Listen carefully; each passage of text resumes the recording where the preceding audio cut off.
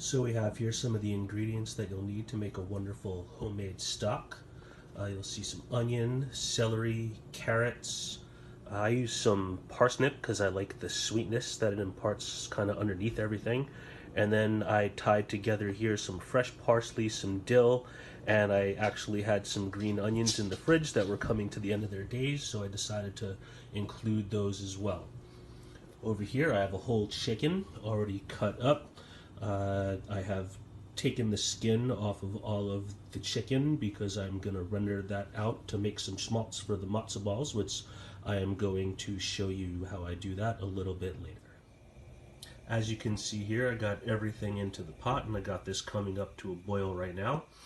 The only thing I don't have in there is the chicken breasts. I like to wait till I'm up to temperature because even though this is simmering away in a broth, it can dry out and I want to use that meat for my soup.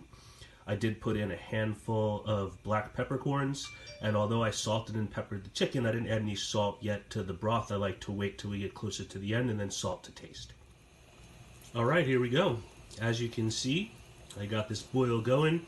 I added the breasts to the pot. I'll leave those in there probably around 20-25 minutes before I check them for doneness. Once those breasts are done, I'm going to pull those out, and the rest of this is just going to simmer away for a couple of hours. I got my sous chef Charlie hanging out.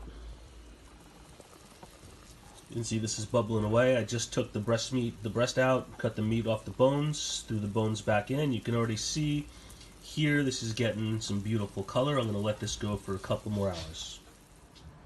Alright, we're all done here. We got this beautiful chicken stock. Drained everything out, and this is what is left behind. This is going to chill overnight in the fridge, and you'll find some fat and stuff kind of solidifies on the surface overnight. And tomorrow when it's time to make soup, we just scoop that stuff off with a spoon.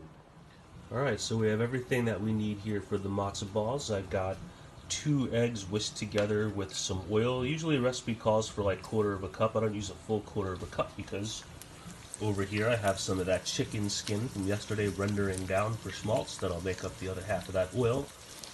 A little bit different, I like to add a clove of minced garlic, some fresh dill and parsley, and some white and black pepper, and some salt. So I'm going to mix all these together. Alright, once you have that all mixed together, you're going to have a batter that looks a little something like that. This is going to go into the fridge for about 15 to 20 minutes. So here's our stock from yesterday with fresh vegetables. That is now at a boil. And we have our matzo ball batter right here with wet hands. Very important to have wet hands. You're going to take about enough for the size of an acorn and roll it into a ball and drop it into the broth. Alright, so there we have our matzo balls in the pot. We're going to cover that up and let it go for around 30 minutes. At around the halfway point, we're just going to take off the lid and flip all of those matzo balls around. Alright, so our matzo balls are all ready. Over here, I have our chicken from yesterday with some more fresh parsley and fresh dill. And I'm just going to dump that right in.